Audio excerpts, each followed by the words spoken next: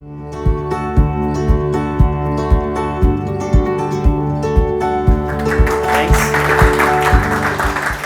everybody.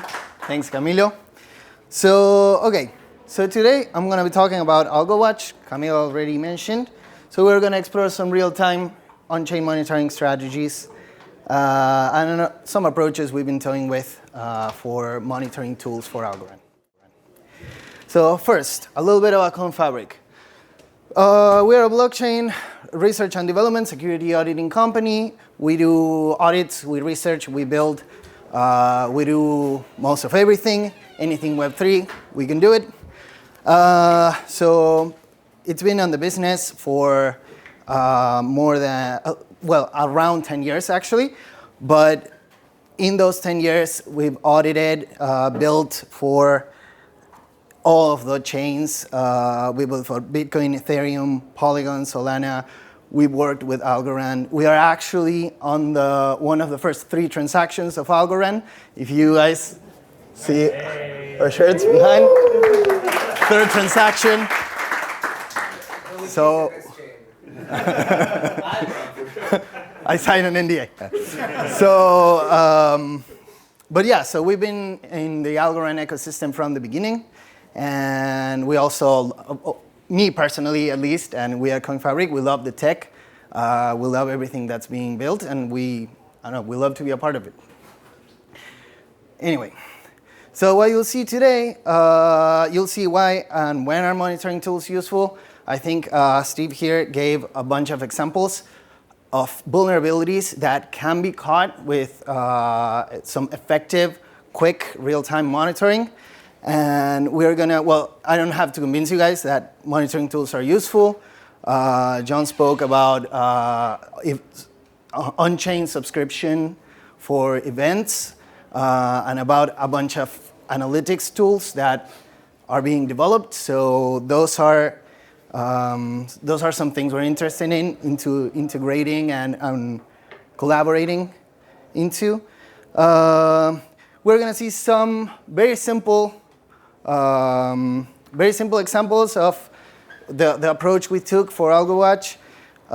This is a proof of concept, so it's a little bit hacky still, but it gets the job done.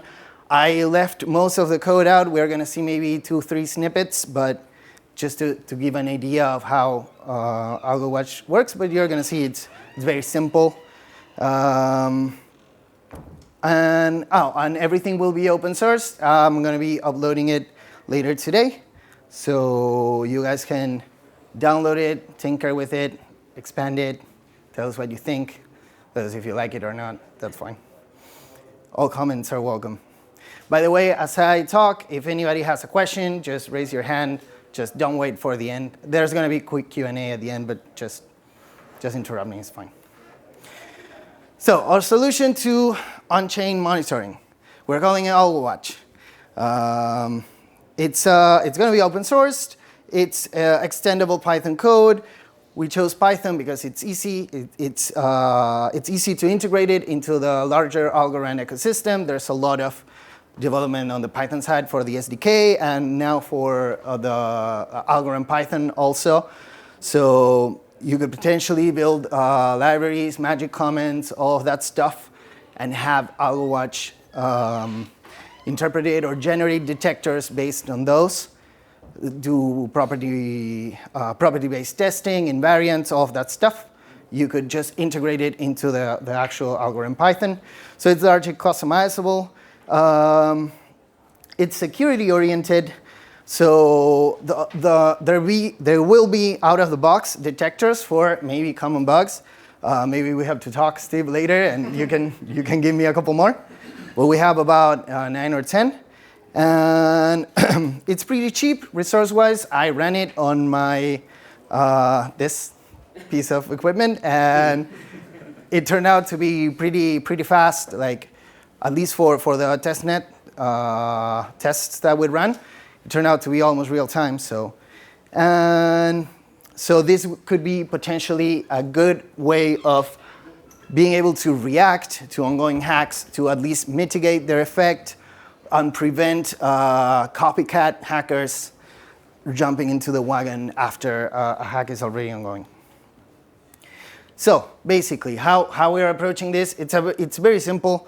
We're doing conduit and a node in follow mode. So we run a node, follow mode. I don't know if you guys have tried it or seen what it is, but it's actually just a way of running the node. It's a very lightweight node that you run, and the way follow mode works is it will pause and wait for conduit to tell it it's ready to keep receiving blocks, and in that way you don't miss any chunks of data and you don't miss anything. You process everything sequentially. What is conduit?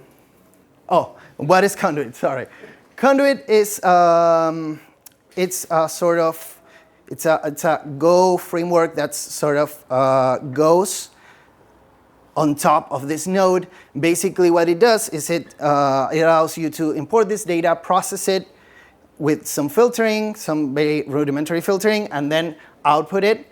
And all of its steps are customizable. We saw that it was a pretty good approach at having real-time or almost real-time data from the node. But it was a little under-maintained, so we wanted to give it some love and some, shout out to Conduit.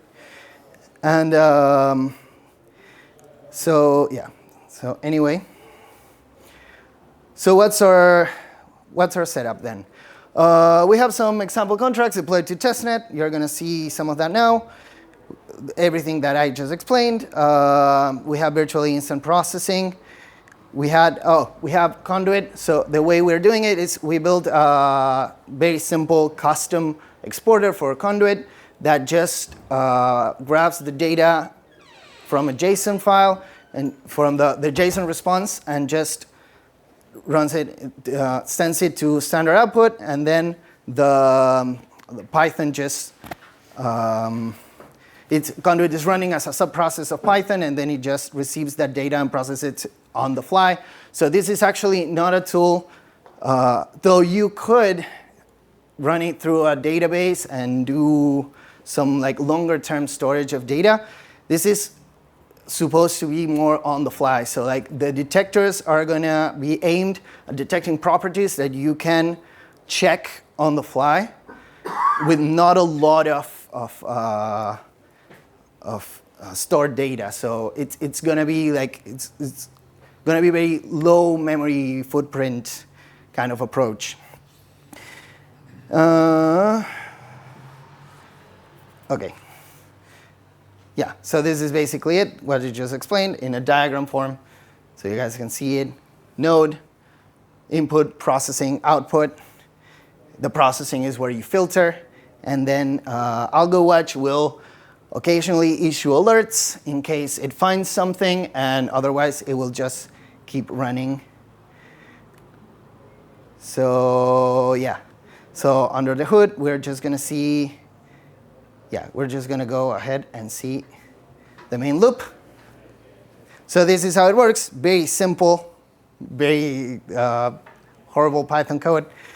So actually what it's doing is just, we are doing sort of a three-stage approach also inside AlgoWatch. So we're doing some pre-processing of the response.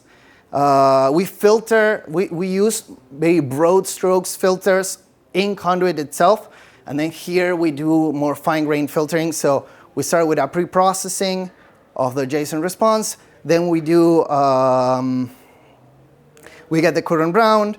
We do, and we do two batteries of checks. So there's some checks that are payset independent and some checks that are payset dependent.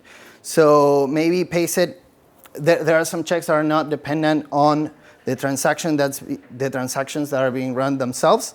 So if you were to use this for consensus statistics or something like that, you could use that. And then the heavier part is going to be the actual payset dependent processing and filtering, which we're going to go into some of that now. So our first example, this is going to be a very simple voting app. So there's a repo. It's a very old project, but it gets the job done. basically what we're doing is it's a simple voting registration and it's a very simple voting app where you have registration, a period for voting, and then it ends. So during that voting process, we track all of the votes, and we keep a tally. We actually do some we do voting validation. So we want to validate whenever a vote comes in. We validate a certain amount of properties of the vote. We validate the period in which the vote is happening, and we validate that the changes to local and global store are those that the function, the voting function would have as necessary, right? So, and we also do analytics. So we also we show live partial results as voting occurs. So this could be used to show results, like partial results, before the voting app is the voting period is finished. So this is very simple example output. You can see who emitted the votes in the round. We are keeping track of very minimal amount of things. So basically we just trace who emitted the votes, what are the votes for candidates, what are the candidates, and that's about it. And this is happening on a live testnet node. This example, not right now, this is a GIF, but this example was run on a live testnet node in real time, and there was never any downtime, so votes coming in are processed as the node advances. Just remind me, so the way the architecture works, the node feeds conduit, conduit then feeds AlgoWatch. Yeah, correct. Yeah. And conduit, what conduit does is just, yeah. Yeah. Basically the transaction related to the specific. Here, the filter here is a very broad strokes filter that is just the app ID filter. But we have other kinds of filters we're going to see later. So, in an essence, you also repeat the logic that you have in the contract. Not necessarily. Some of it, so there's two approaches to this. So some of the logic you can repeat, but what you're doing also is checking the impact on the blockchain. So you're repeating part of the logic on the function, checking that the blockchain matches what the logic of the function should, the impact that the function should have. But you can also have detectors that are decoupled from the logic, right? Like sudden movements of locked value or draining of contracts. All of those things you're always listening for. So yeah. Anyway, the second example is it's a very simple monster game. So basically, it's a monster fighting game with a virtual arena. Players have to opt in, register to play, and start killing monsters to collect points. So the game uses local storage. And in this particular use case, we wanted to track users opting out of the app without going through the appropriate path to do so in the app. So we're tracking that. We're tracking that as an adversarial behavior. It's a very simple anti-cheat. We're tracking registration, point scoring, and yeah, that's pretty much it. So you can see here, this is also run on a live testnet node. This is also real time-ish. So you can see that it's going to take a while because the transaction. I waited a little bit for the transaction so I could record it. Yeah, so we have an address, opting into the game, entering the game, having a scoreboard, killing a monster, and then here's where it tried to cheat, and we caught it. So here is acknowledging a clear out transaction, basically. Sorry? Yeah. And our last example, this is going to be a money flow tracking example. So what we're doing here is basically we wanted to have a tool for collecting data on transaction flow. So what happens when a hack happens and the hacker starts making smaller transactions to different accounts and starts spreading the money, or maybe trying to use bridges or some of that. So we wanted to have an easy way of collecting all of this flow of information and keeping for a certain amount of rounds, keeping track of this with some kind of flexibility. So we're tracking asset and pay transfers. We're tracking rekeying. We're tracking some money going through applications. And what we're aiming for is an interactive graph of sorts. Right now it's just static, but since we're tracking it on real time, it can be redrawn, right? But it would be useful, so this tool would be useful to explore when a hack happens, how the money is spread, and maybe try to blacklist some addresses before the money gets to bridges and gets off-ramped. So here's the check runner function.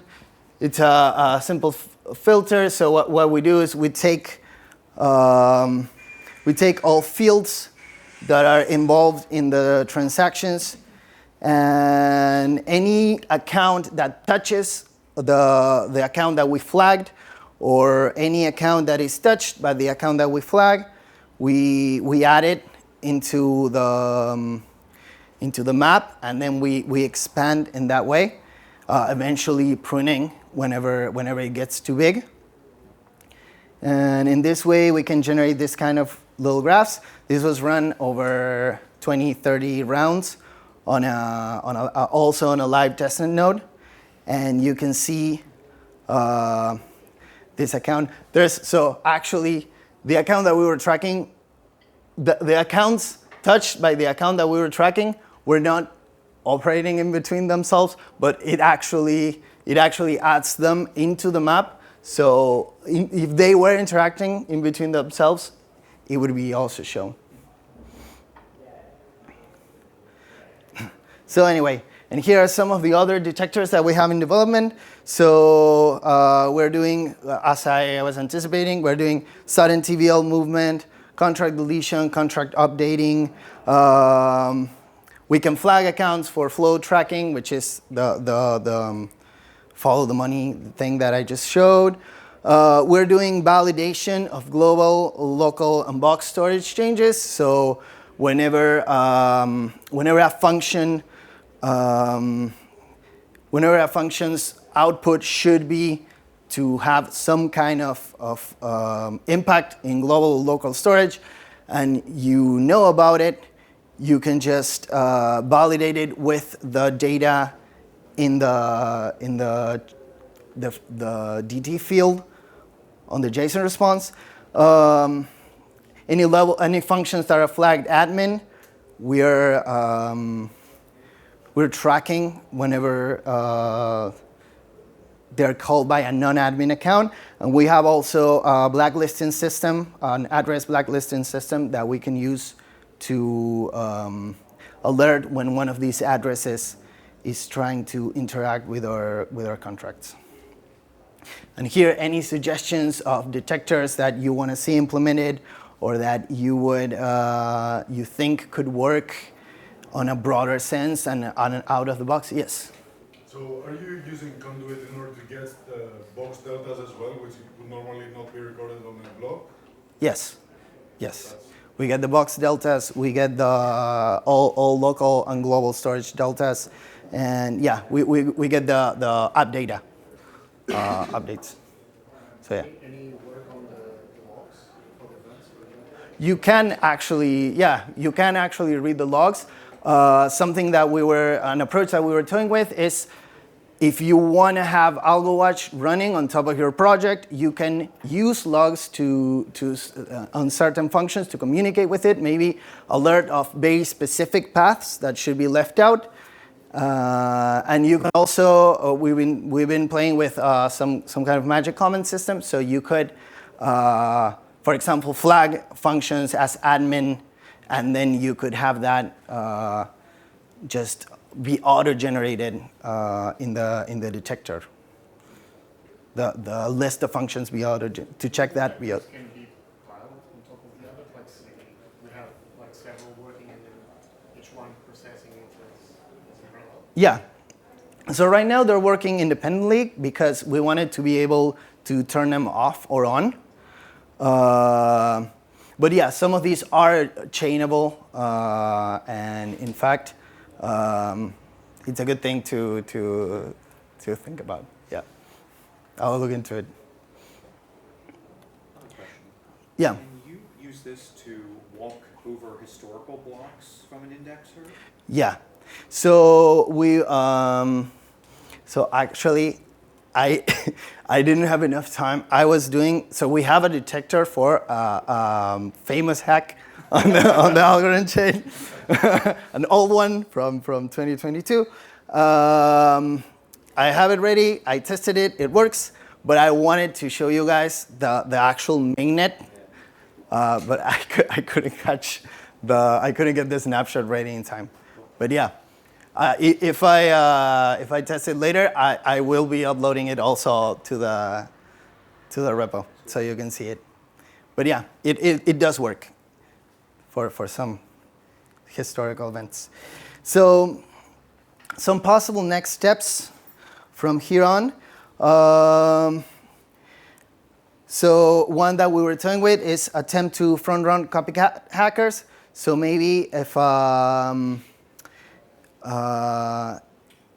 once the hack happens and we know that this is a possible hack, we could repeat the transaction further, keep it in a safe account, and eventually return it once the project is paused. We also have as AlgoWatch is Python, you can issue transactions inside of it, so you could set it up to issue pause transactions if you want to your own project for the most critical of hacks, since you don't want to use that liberally. The logging thing that you mentioned earlier. So we're looking into integrating it into Puya with this magic comments or this auto generation of different properties for functions. And yeah, I'm going to be uploading a template if you want to write your own custom detectors. It's very, very simple. The stages that you saw in the main loop. And Written in Python or in Go? no, in Python. Yeah. No, we're mostly doing the filtering in Python. The only we're using two filters for the other two examples. One is just the app, so just transactions going into the app, and the other one is all transactions that are typed for the that have a transfer involved into them. So pay, transfer asset, and other than that, we kept the filtering in Python. So are you using Conduit out of the box, or did you implement some custom modifications? Yeah. So we actually we wrote a simple exporter for to be able to export the data into standard output, and we also found a couple bugs on the JSON response of the the conduit JSON response, right? That we had to work around, but we'll once we find exactly where they are in the conduit code, we'll also send a pull request. So that'll be all.